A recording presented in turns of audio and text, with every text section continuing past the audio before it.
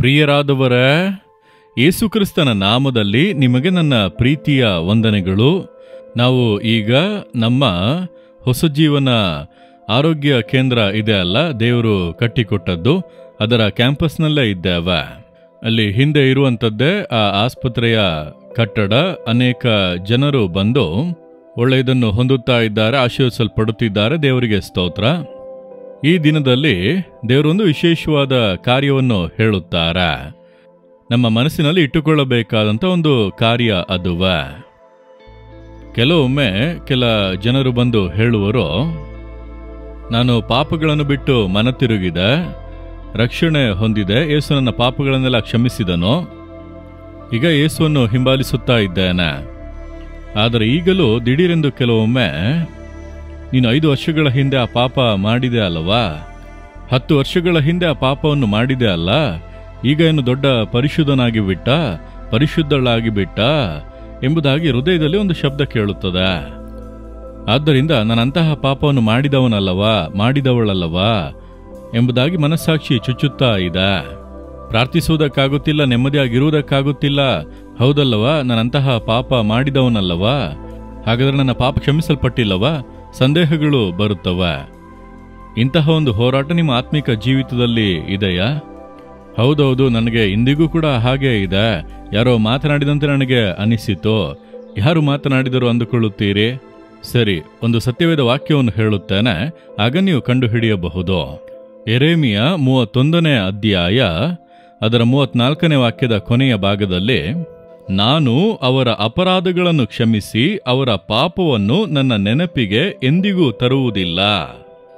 ದೇವರು ಹೇಳುತ್ತಾರೆ, ನಾನು ಪಾಪಗಳನ್ನು ಕ್ಷಮಿಸಿ ಪುನಃ ಅದನ್ನು ನೆನಪಿಗೆ ತರುವುದಿಲ್ಲ. ಹಾಗಾದರೆ ಆ ಪಾಪಗಳು ಪುನಃ ನೆನಪಿಗೆ ಬರುತ್ತಿದೆ ಅಂದರೆ ಅದು ದೇವರಿಂದ ಬಂದದ್ದಲ್ಲ, ನಮ್ಮ ವಿರೋಧಿಯಾಗಿರುವಂಥ ಸೈತಾನನು ಅವನೇ ನಮ್ಮ ಕ್ಷಮಿಸಲ್ಪಟ್ಟ ಪಾಪಗಳನ್ನು ಕೂಡ ನೆನಪಿಗೆ ತಂದು ಮನಸ್ಸಾಕ್ಷಿಯನ್ನು ಚುಚ್ಚುವಂತೆ ಮಾಡಿ ಸಮಾಧಾನವನ್ನು ಕೆಡಿಸುತ್ತಾನೆ. ಆದರೆ ದೇವರು ಹೇಳುತ್ತಾರೆ, ನನ್ನ ಪಾಪಗಳನ್ನು ಕ್ಷಮಿಸಿ ಅದನ್ನು ಮರೆತು ಬಿಟ್ಟೆ ಎಂಬುದಾಗಿ. ಒಬ್ಬ ಮನುಷ್ಯ ಯೇಸುವಿನ ಬಳಿ ಬಂದು, ನಾನು ಪಾಪಿ.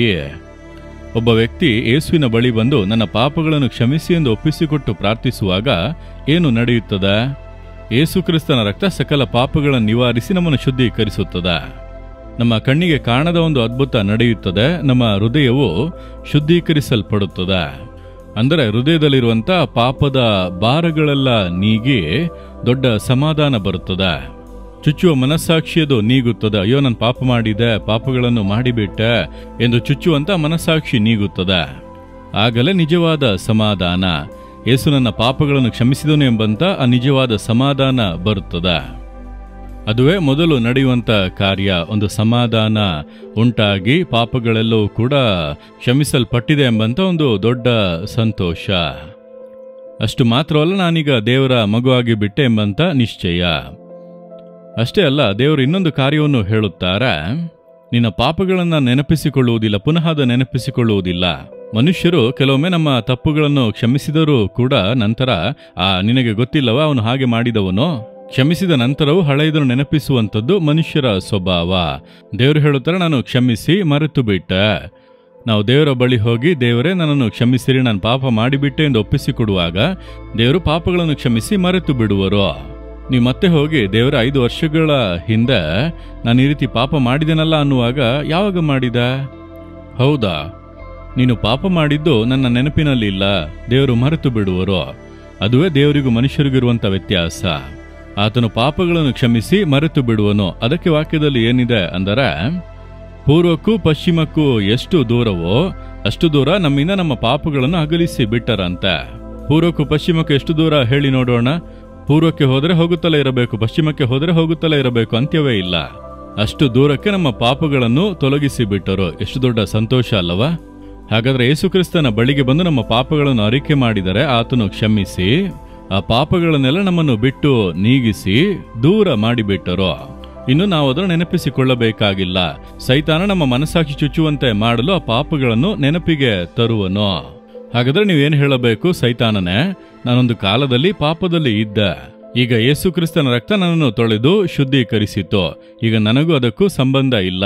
ಈಗ ಪಾಪಕ್ಕೂ ನನಗೂ ಸಂಬಂಧ ಇಲ್ಲ. ಈಗ ನಾನು ದೇವರ ಮಗು ಎಂದು ಹೇಳಬೇಕು. ನಿಮ್ಮ ನಂಬಿಕೆಯನ್ನು ಅರಿಕೆ ಮಾಡುವಾಗಲೇ ಸೈತಾನನ್ನು ಜಯಿಸಲು ಸಾಧ್ಯ.